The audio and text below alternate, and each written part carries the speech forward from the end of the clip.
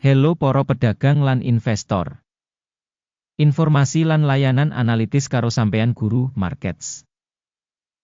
Ayo miwiti karo data ringkesan kanggo perusahaan. Ing ngisor iki kita bakal nliti saben indikator kanthi luwih rinci. Yen sampean kasengsem, sampean bisa ngaso video. Kita ngusulake sinau kabeh indikator organisasi sing diteliti kanthi luwih teliti.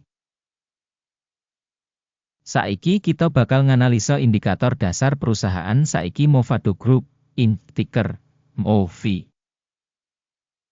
Review adhedhasar data ing wektu 27 Maret 2025.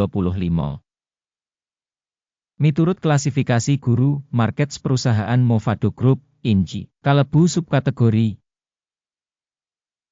Klotes, 87 perusahaan melu ing comparison, kang banget wakil.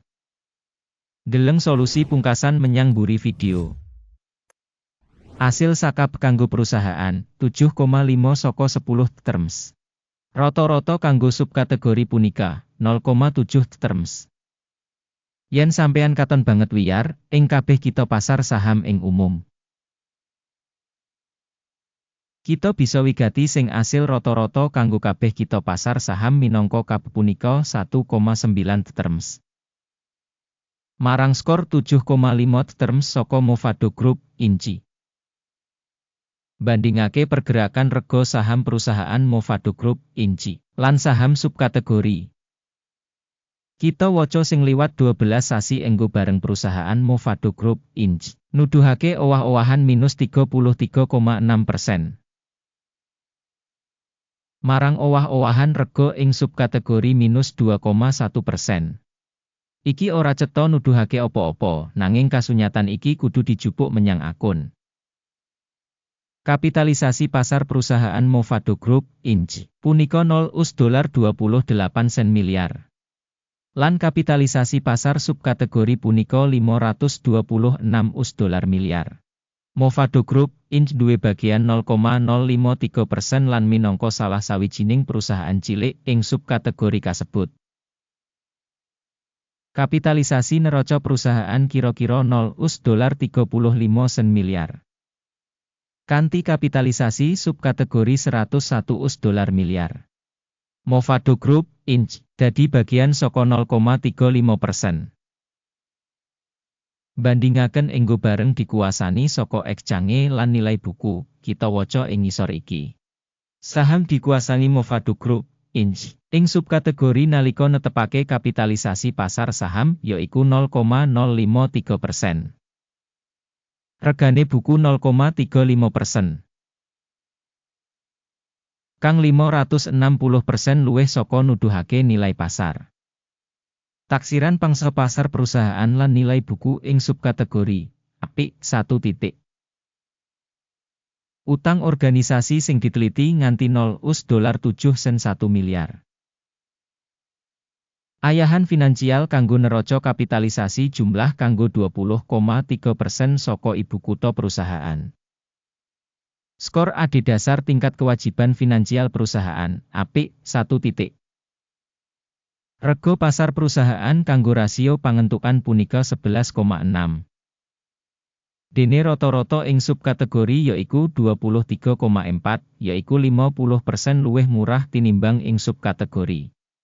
Taksiran rega saham perusahaan kanggo indikator media WI ing comparison karo perusahaan ing subkategori, apik banget, 2 terms.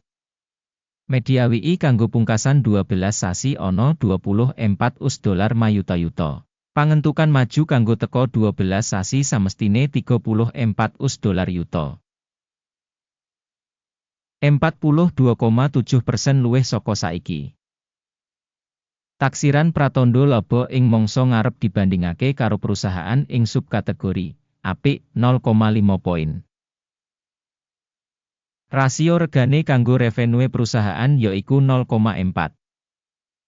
Rata-rata subkategori yaiku 1,4, yaiku 71% luwih murah tinimbang rata-rata subkategori. Taksiran nilai pasar perusahaan kanggo indikator revenue dibandingake karo pratandha perusahaan ing subkategori, apik 1 titik.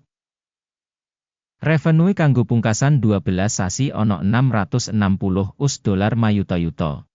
Revenue mangsa liwat sabanjur 12 sasi samestine $940 mayuta-yuta. Kang 42% luwih saka saiki. Taksiran prakiraan indikator sales mangsa dibandingake karo indikator ing subkategori apik 0,5 poin.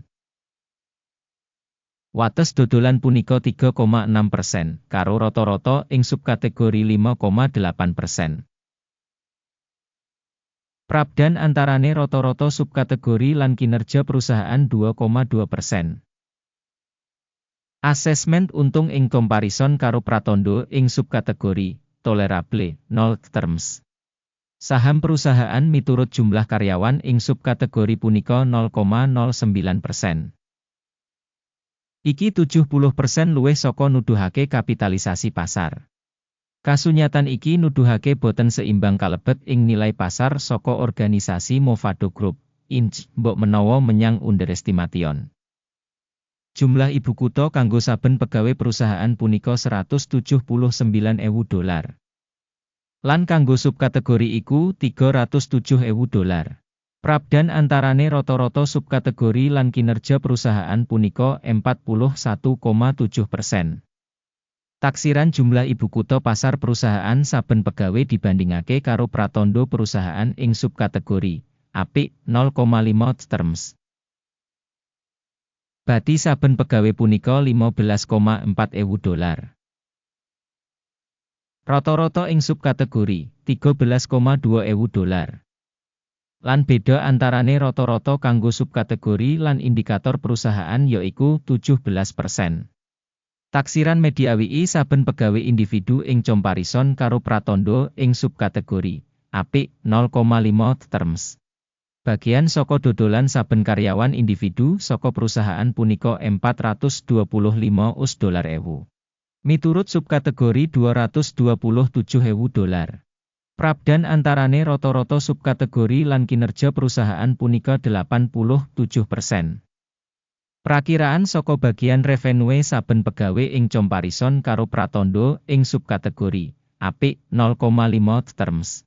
Enggo bareng kanggo advertisement akun kanggo 4,4% dibandingake karo rata-rata subkategori 4,9%. Iki regane saka remet singkat.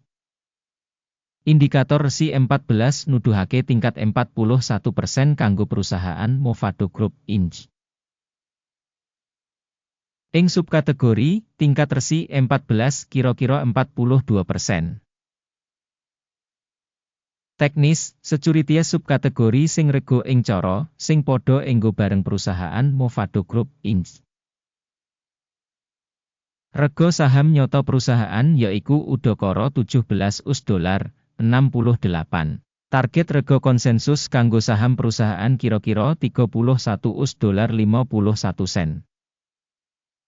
Dinamika perkiraan saiki lan ramalan konsensus kira-kira 78%. Ayo kang katon ing tabel pesenan, kasedhiya kanggo sampeyan, link ing komentar pinnet. Tabel pesenan ngemot pancen kabeh pancasan digawe ing mangsa diwenehi dening informasi lan sistem evaluasi referensi guru, markets. Akses menyang meja supaya pancen free lan free, link ing komentar pinnet. Minangka asil pambiji Movado Group, Inc. Sistem evaluasi informasi lan referensi guru, markets kaputusan ing ngisor iki digawe. Buka perdagangan kanggo wutah ing rega $17.67 saben saham. Kesepakatan dibuka amarga perusahaan duwe regane cukup dhuwur. Pambiji organisasi ditindakake kanthi nggunakake metodologi penilaian indeks AKIM. Jupuk MediaWiki disetel ing 19.2. Mandeg mundut disetel ing pukul 16.14. Yen pesenan ora ditutup kanthi njupuk bati utawa mandeg mundut. Ing kasus iki, pesenan didandani kanthi otomatis adhedhasar asil sesi dagang tanggal 26 April 2025.